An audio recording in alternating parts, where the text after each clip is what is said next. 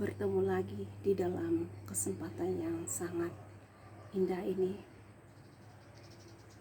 Setiap orang tidak kebal dengan keadaan yang sedang terjadi dalam dunia hari ini, di mana seluruh dunia mengalami hal yang sama, yaitu wabah COVID-19 sedang menyerang seluruh dunia. Tidak ada seorang pun yang kebal terhadap penyakit menular ini. Tidak ada seorang pun yang mampu untuk bertahan menghadapi penyakit yang sangat mematikan ini.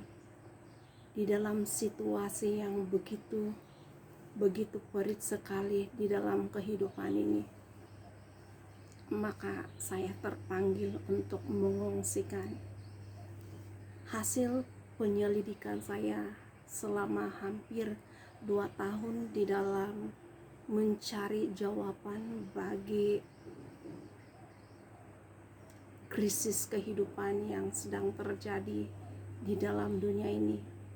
Walaupun krisis hari ini lebih berbicara kepada krisis kesehatan dunia, tetapi ini masih bersangkut paut dengan keadaan kesehatan manusia.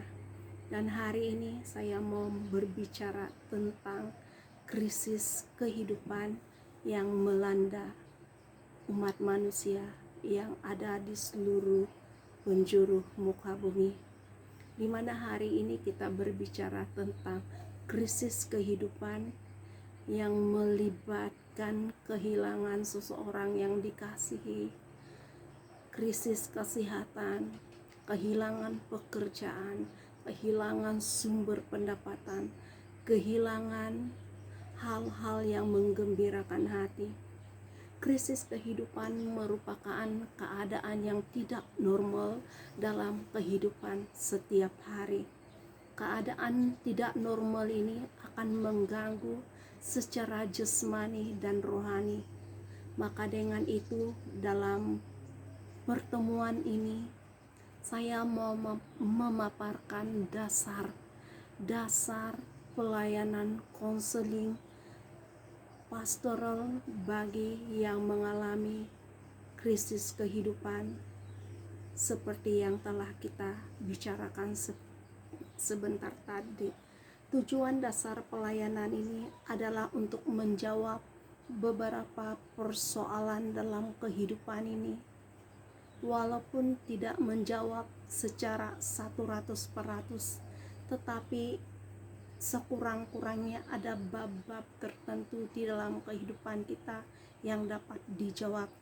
Antaranya adalah apa yang terjadi bila seseorang berada di dalam krisis kehidupan yang melibatkan krisis kesehatan, melibatkan krisis kehilangan orang yang dikasihi, dicintai, disayangi, kehilangan pekerjaan, ataupun kehilangan sumber pendapatan yang tetap. Apakah yang akan membuat masalah ini menjadi parah? Apakah yang perlu untuk menyelesaikan masalah tersebut? Apakah yang dapat diperbuat oleh seseorang untuk menyelesaikan masalah yang sedang dihadapinya?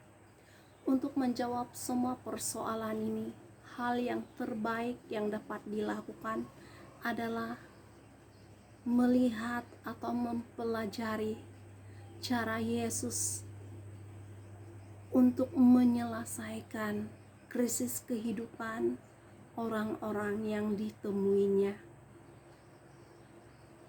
Dasar yang kita ambil adalah daripada Injil Yohanes bab 4 ayat 1 hingga 42.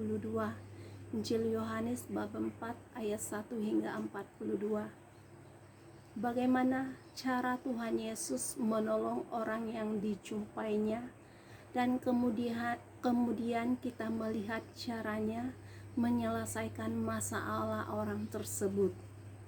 Berdasarkan kepada cara yang Yesus lakukan untuk menyelesaikan krisis kehidupan yang dialami oleh orang yang ditemunya, maka ini dapat menunjukkan dasar konseling yang tepat di dalam kehidupan manusia hari ini. Yesus datang menemukan orang dengan caranya sendiri. Tujuan dia datang adalah untuk menyelesaikan krisis yang dihadapi oleh orang tersebut. Tuhan Yesus sangat mengasihi, menaruh perhatian pada manusia. Ia bersedia menolong dalam bidang apa saja yang dapat diterima oleh orang tersebut. Ia memberitahukan pesan kasih dan keadilan Allah melalui tingkah laku dan melalui apa yang ia katakan. Tuhan Yesus masuk pada tempat di mana seseorang menyatakan keperluannya. Tuhan Yesus masuk pada tempat di mana seseorang menyatakan keperluannya. Ia masuk melalui pintu yang terbuka, tetapi pertama-tama ia mengetuk. Tuhan Yesus mengetuk. Bila Yesus diundang untuk masuk dalam kehidupan seseorang, barulah Yesus masuk untuk menyelesaikan krisis yang dihadapinya. Maksudnya, kita secara terbuka meminta pertolongan daripada Tuhan Yesus Kristus, secara terbuka menceritakan masalah yang sedang kita hadapi.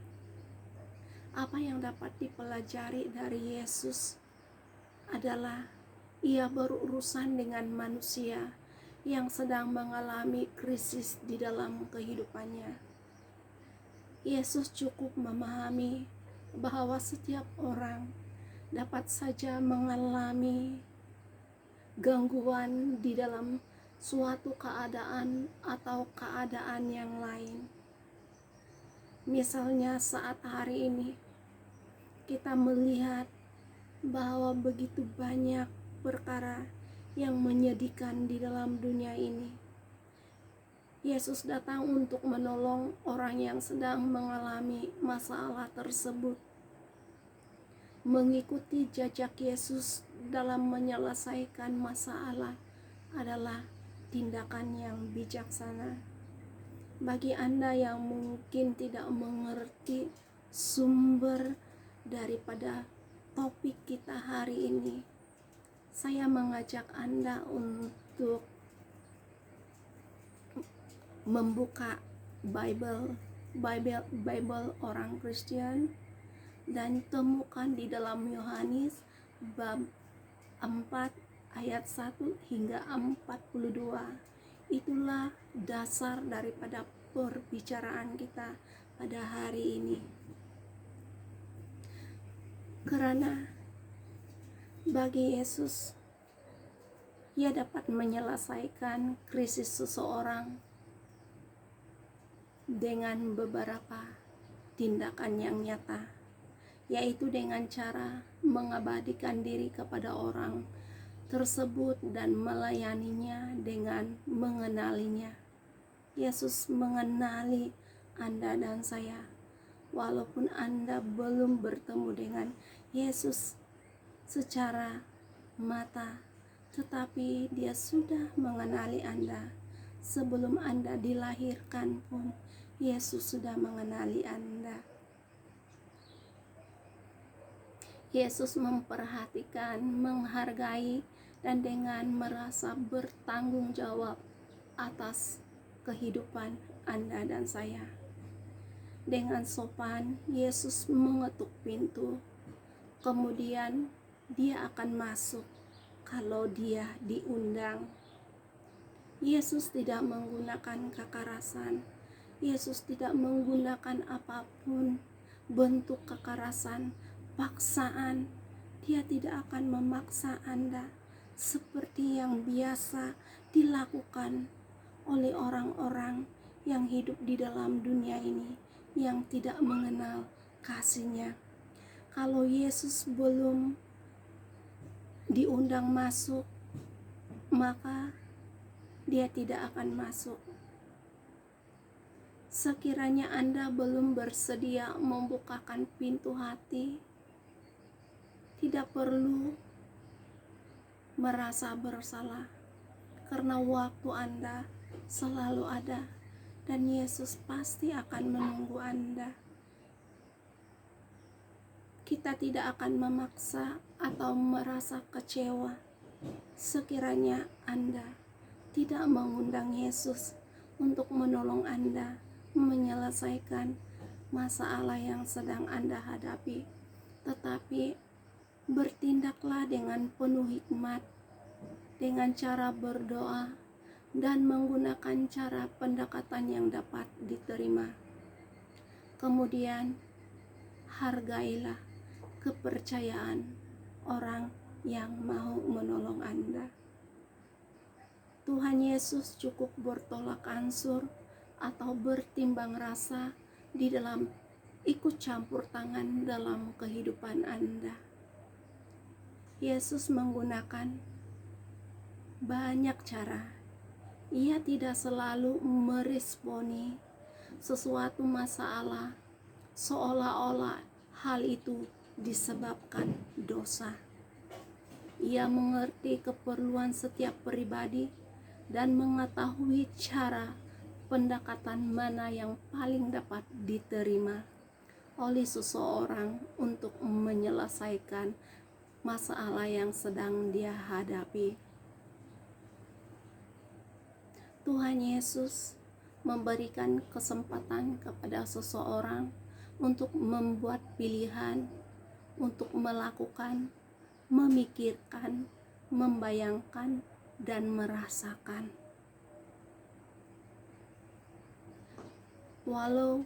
Walaupun kita merasa ragu-ragu dengan pertolongan yang dapat Yesus berikan kepada Anda untuk menyelesaikan masalah Anda, tetapi pada akhirnya Yesus sudah berjaya menyelesaikan masalah yang Anda hadapi.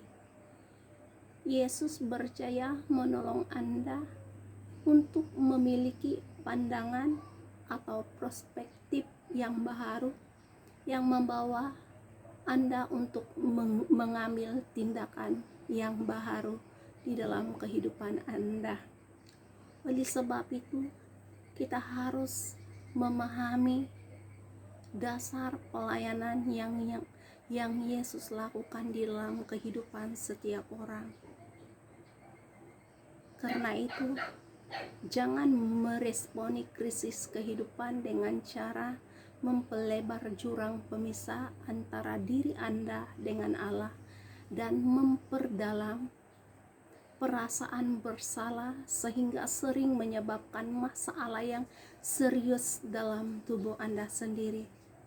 Kesadaran itu harus dipupuk di dalam minda umat Tuhan supaya tetap konsisten di dalam mengikuti apa yang Yesus telah ajarkan.